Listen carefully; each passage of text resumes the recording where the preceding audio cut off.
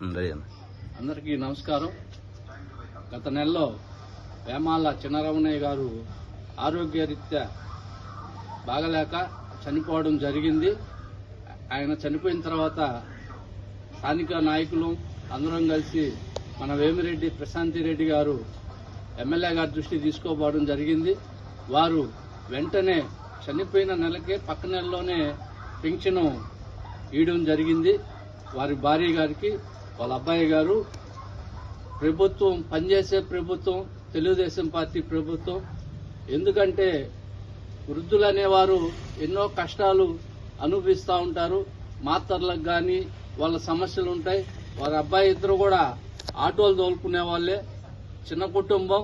వారికి ఈరోజు మన చంద్రబాబు నాయుడు గారి తెలుగుదేశం పార్టీ నాయకత్వంలో ఈరోజు మన ఎమ్మెల్యే వేమిరెడ్డి ప్రశాంతి రెడ్డి గారు ఆదేశానుసారం ఈరోజు ఫస్ట్ పెన్షన్ ఇవ్వడం జరిగింది. వారందరూ కూడా ఈరోజు ఎన్డీఏ కూటమిలో అందరూ కూడా పేద ప్రజలందరూ కూడా సుఖశాంతులతో ఉన్నారు. ఎందుకంటే మాటల ప్రభుత్వం కాదు, చేతల ప్రభుత్వం. ఈరోజు భర్త చనిపోయిన నెలకే వెంటనే మళ్లీ వాళ్ళ పెన్షన్ ఇస్తున్నారంటే అది చాలా గొప్ప విషయం.